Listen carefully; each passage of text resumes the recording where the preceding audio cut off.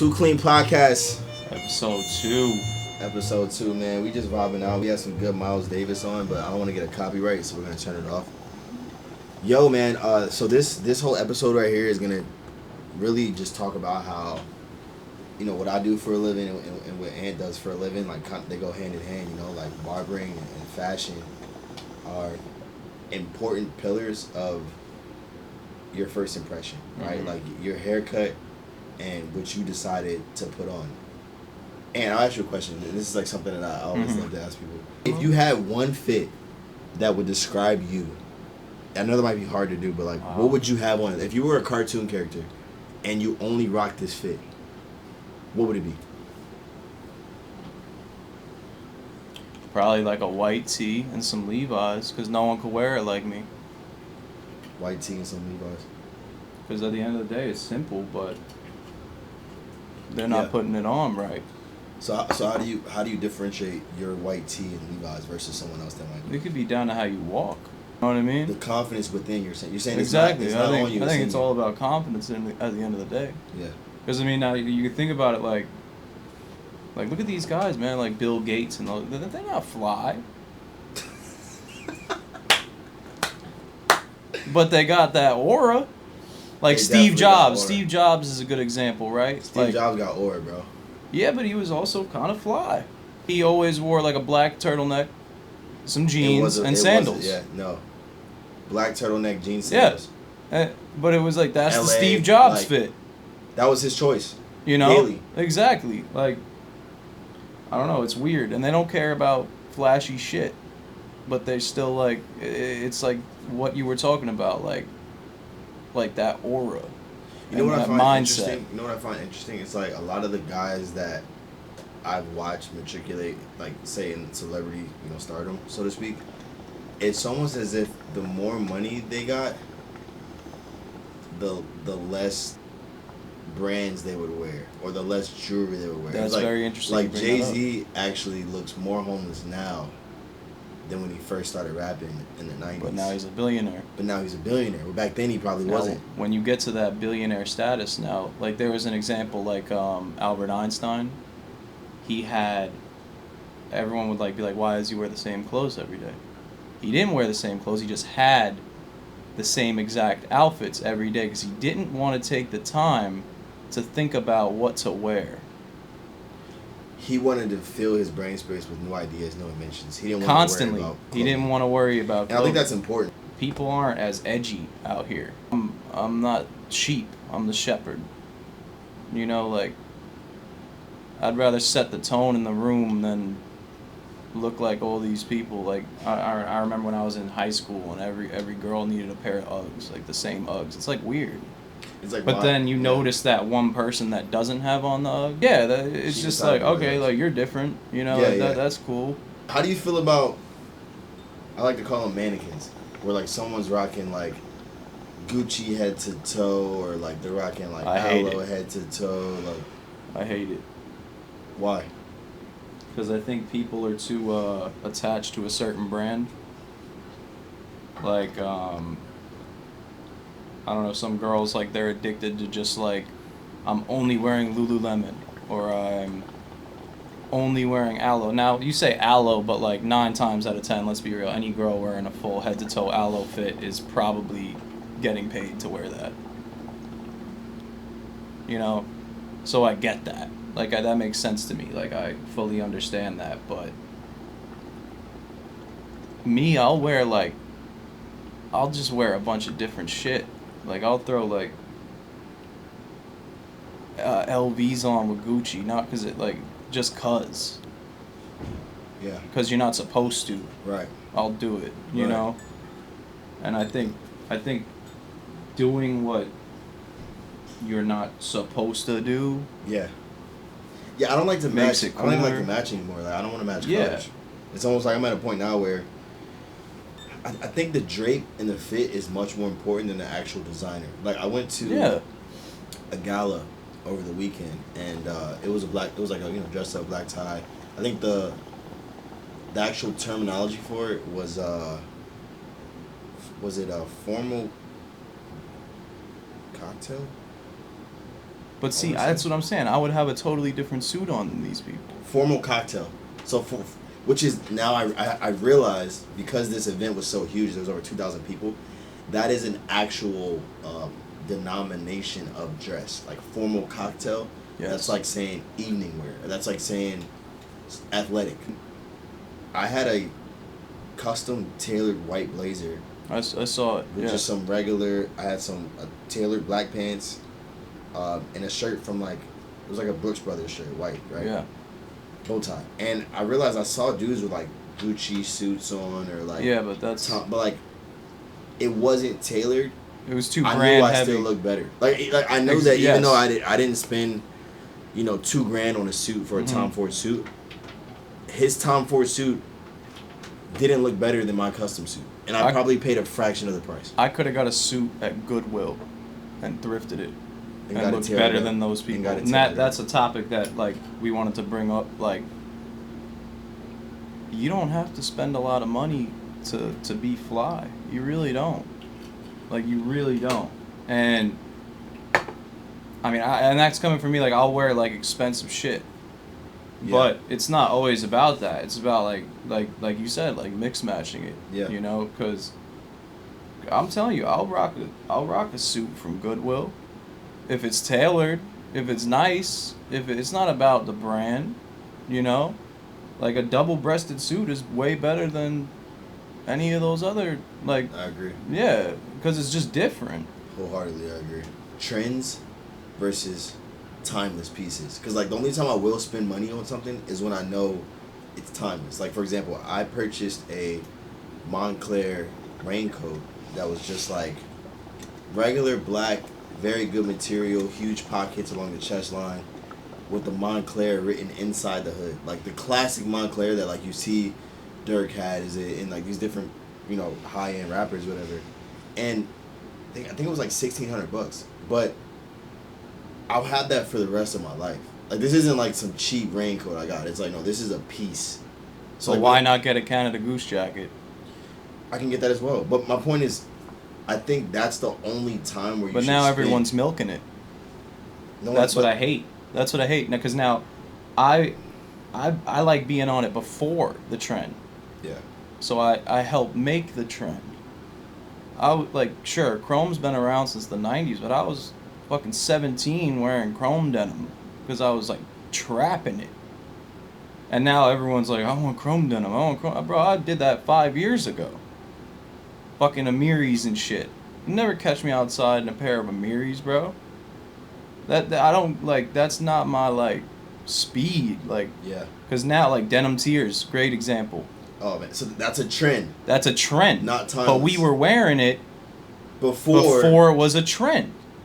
Yeah, because it was almost like once I started seeing people wear it, I sold it immediately. I was Yeah, it's I like, can't this is have tacky, this is weird. Like I when the don't- Chinese people knocked it off and they just like started dropping, like you start seeing like That's a great thing though. So you believe it's good when it's a knockoff? Explain.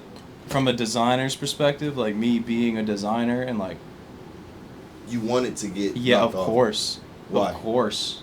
That means I'm succeeding at a very high level. If you're willing to make fakes of my designs so the masses could wear it, yes, I'm succeeding very much. Think about it for a second, right? Virgil even said it himself. He's like, I don't get mad at people making fake off-white. I'm happy because at the end of the day, it's just a t-shirt.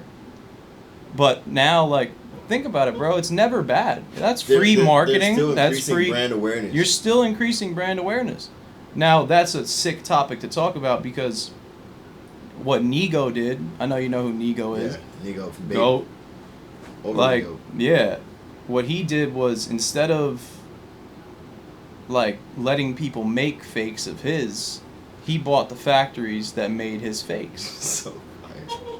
Yeah, so Such a smart move. chess move Because because now you're getting both ends of the spectrum. You're catching the fake money, yeah, the knockoff money, and you're getting the actual money from your actual product, and you still control it. yeah, because he gets it. He's like, bro, at the end of the day, like, yeah, sure, it's a fake Bape hoodie you're wearing, but you're still wearing a Bape hoodie that is my design. It's not real, but like, everyone still wants it now.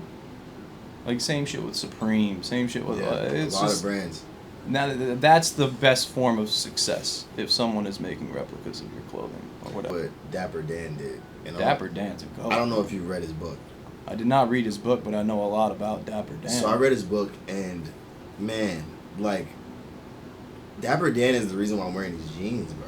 Like literally, Dapper Dan, he was just going to Louis and going to Gucci and Hermes and Fendi, buying scarves, buying dresses. Yeah. And just reconfiguring it into sweatsuits, reconfiguring it into joggers, reconfiguring it into bags. Like, before his time, to where, like, it's so crazy because Louis and Gucci and all these companies sent them a cease and desist. Like, bro, you can't do this. But in actuality, he was increasing their brand awareness. Exactly. He was increasing, and now a lot of the designs that Gucci and Louis put out are almost exactly inspired by Dapper Dan. Yes. It's the craziest story. And I think one of the dopest things that Gucci did was to actually invest in Dapper Dan and give him his own atelier in New York City. I'm very happy they did that. That's winning right there. Like, he won. I can't believe you brought up Dapper Dan. I never spoke to you about Dapper Dan before. Bro, like, Dapper Dan is one of my fashion icons, bro. Like, I studied Dapper Dan. Like, I literally studied the way he branded his shit. I study a lot of people that you might not even know. Now, there's a difference, like, because Dapper Dan was one of those, like, Canal Street type people. Like, he's from Harlem. Like the Harlem is honestly probably the mecca of, like, street fashion in New York. 100%. Like, so many fashion goats came out of Harlem. How is the perception of how you look translate to how people treat you? Like a lot of ways. How so? Which is crazy, because I met you on some bummy shit. But it was still flea. Like, I was like, yeah. It's funny, I actually met at Whole Foods, bro. Like, straight up, like, at Whole Foods, I think I was, like, about to go buy some Mountain Valley. Shout out Mountain Valley. We need a sponsorship from y'all. Yeah, we do. Everybody tag Mountain Valley right now as I speak. We're not drinking liquid death around here. Podcast needs a Mountain Valley scholarship. I need a sponsorship. Yep. Send me a case weekly. Only drink out of glass now. We only drink out of glass. Mm-hmm. But yeah, I was buying Mountain Valley, and I think I saw his sandals or something, and I was like, yo, bro, those are, like, kind of cool, you know? And now I'm cutting his hair, like, 2 years later, still, you know, just straight off connecting on a fashion tip. And I think that's why it's important to express yourself through your outfit, because you never know who might connect with it. You never know what relationship you might build.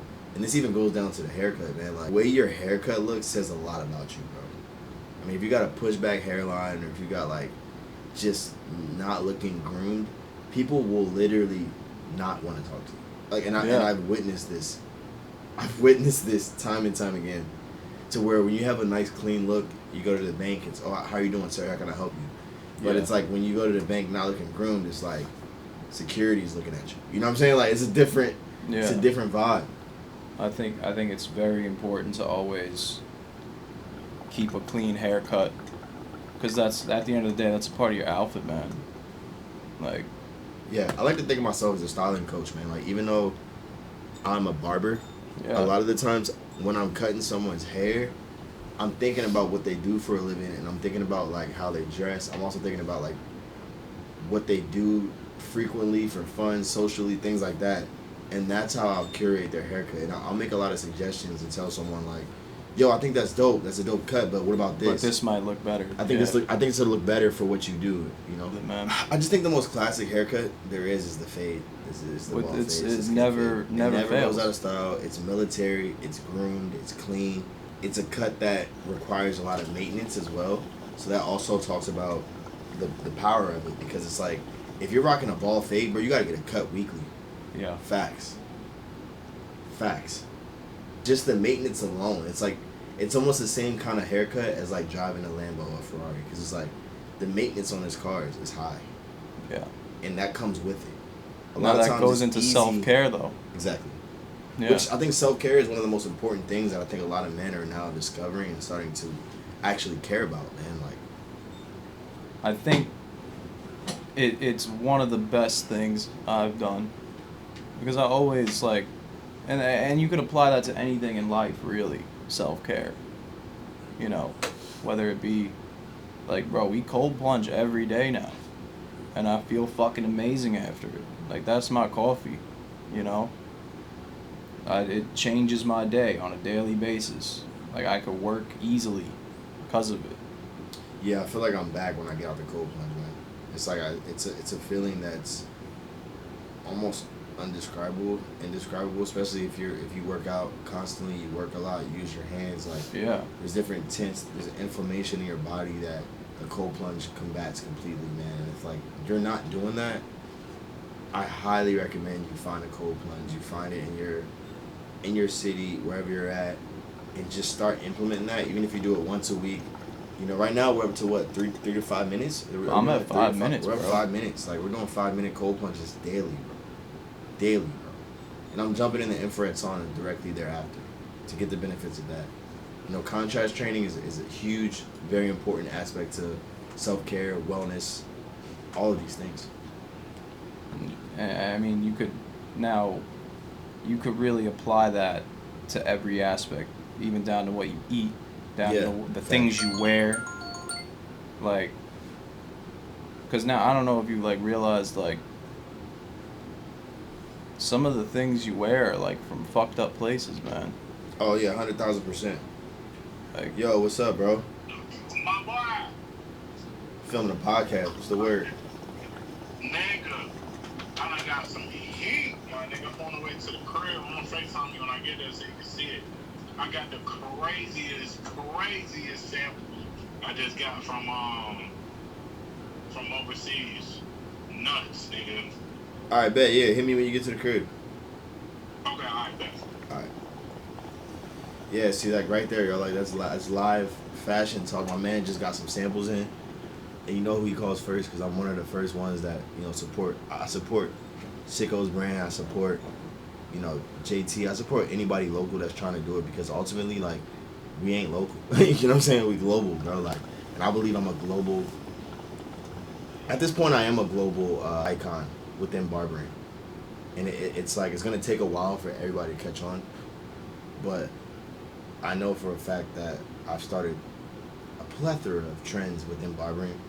A lot of times I don't get my credit, but I see the people that just like do what I do. A lot of times that's cars. A lot of times that's like just stuff that's outside of barbering, but it ties back into my lifestyle. And it's funny when I see other barbers try to brand themselves like that, because it's like, bro, I've never seen you post Lambos before. Like, that wasn't really like your thing, you know? So it's just like, or at the McLaren dealership. like, chilling. you know, that's not really what barbers typically post. Their whole page is going to be like haircuts. I post more lifestyle content. Lifestyle content. And I think that's that kind of important. drives my business, you know? It also helps you meet a lot cooler people than just regular barber clients that come there for a cut. They don't want to talk. That's it. That was like one of the coolest things about being in Japan for me. I was so in my element out there. Yeah. Cause they're so fly, bro. Like New York fashion is on shit, but like they're on a whole nother level, bro. Like, I'm talking like 60-year-old women walking down the street with just Birkins in their hands, like it's regular. If you go back in time, like historically, like the richest people and the most like successful people were like, you ever see a king back then that wasn't fat? That's funny. Because that's fast. It's true. Yeah. It's really true, because they ate the best. Well, it was actually a wealth look. Like, even it was in America, a wealth look. It was 100%. It was like, if you weren't fat, you weren't eating. Like, you ain't getting You money. weren't, yeah. I mean, you could say it's gluttony, but It was like, a symbol to everyone else. Like, I'm wealthy because I'm overweight. Because I'm overweight. Yep. Exactly. That's literally all it was. Yeah. I am a king. I could have feasts, and I could eat have whenever I want, however much I want. Yeah, it's crazy, because I have never in my life any conqueror or whatever. They're never skinny, bro. That's Never. And that's not like saying like, okay, you should go be fat. Like, No, I think it's different now. I think nowadays people are more aware and cognizant of health, and like Of people health. want to live longer. People are biohacking. People are doing all Yeah. these things to live longer. They don't want to live unhealthy lives. Like, 'cause think about it. A lot of times, if you have money, but you don't have health, your money doesn't matter. it doesn't. Like Health is wealth, somebody man. that could be rich is if they're carrying around an oxygen tank, all they want is to be healthy. Look All at they that want. guy in India, man. What happened with him? Do you know who I'm talking about? The rich dude. Like, he had that wedding for 2 months. I forgot his name. No, I haven't. Look it up. All the celebrities went to his like wedding. 2-month wedding. Bro, it was like a big deal. Like, Bezos was over there giving people Bugattis. Like, it was crazy. Oh yeah. The planning a Ambani family or something. Yeah, Ambani. Yeah, that guy is a perfect example of like, bro, he's a king. He's huge. Like, and he's not in good health, you know? But he flaunts that lifestyle we were just talking about. That, Ambani wedding cost. He spent $120 million. yeah, That's wild. yeah. It was like 3-day pre-wedding event in Jamnagar, a luxury European cruise, and other festivities. it was an insane wedding, man. I've been reading Richest Man in Babylon just to get some ideals of how to build wealth, and it's a classic book. If you haven't read it, you should totally tap in. I mean, this guy talks about Babylon, how I feel like I've been to Babylon when I went to Ghana because it was exactly what they were describing. How there's just immense poverty, and the next block over there's like a super mansion. Yeah. The people that would be living in squalor, they almost have to accept that this person behind them is wealthy beyond measure, and they're trying to figure out what they're going to eat tonight. I think that's a very important thing to recognize, though, when you travel. Like, any country I go to, I have to go to, like, I guess you could say, like, the real areas of those places. Not just the luxury resorts. And you Yeah. gotta see a country for what Yeah. it is. That's why I don't go on, like, cruises and shit. Yeah, Because I think you go on a cruise and it's almost like they're just showing you it's what the they want. commercial side of the. Yeah, they're just showing you what they want you to see versus like just going and exploring a country. A lot of times, the best beauty is when you go explore. That's what I found. Yeah. I found the most beautiful cafes, the most amazing places that may not be on the resort side of the city, may not be on the cruise side of the city, in the port. It's like deeper in the city. And that's why I love traveling, bro. Like it's one of the things that I think is so important to do because it's gonna change your perspective, 100%. and you'll realize how blessed we are here. Yeah. Ultimately. I do get disappointed a lot when I travel because I come back here and I'm like, Yeah. Bro, let me tell you, when I was in Bali, no, I think I was in Ghana, I was in Accra, and we were like feasting, bro. I'm talking like feast, bro. yeah, $23. I come back to San Francisco airport, it was like early in the morning because you got like a coffee and this. Bro, I got a waffle, like terrible bacon, like Yeah. cold eggs. $68 for my wife and I to That's eat. what I'm saying. The standard I was is just like, fucked up what too. the Yeah, the standard is completely different. Everything about it. Yeah. Like, we used to be one of those like hospitable countries where like it was more inviting, and I wouldn't say it's very inviting anymore. This country, and that's a shame. There's pockets, but ultimately, as a whole, hopefully we get back to it. But I think it's just Yeah. important to travel, man. I think the smartest people in this world, they're making a U.S. salary and they're living somewhere like Costa Rica or Thailand, where like your U.S. dollar goes further. Exactly. Like make a U.S. salary, live somewhere else. That's like my ultimate goal. I mean, if you could live remotely and just And work for a New York-based company or work for wherever, yeah. LA-based company, Orlando-based company, but you live in Ecuador or Costa Rica or BVI. Yeah. Like your money's going further, and I think it's very important to understand. It's also a very good way to evade taxes. With that being said, man, we're gonna log off. I hope you guys enjoyed this podcast. Let's get it. All right, peace.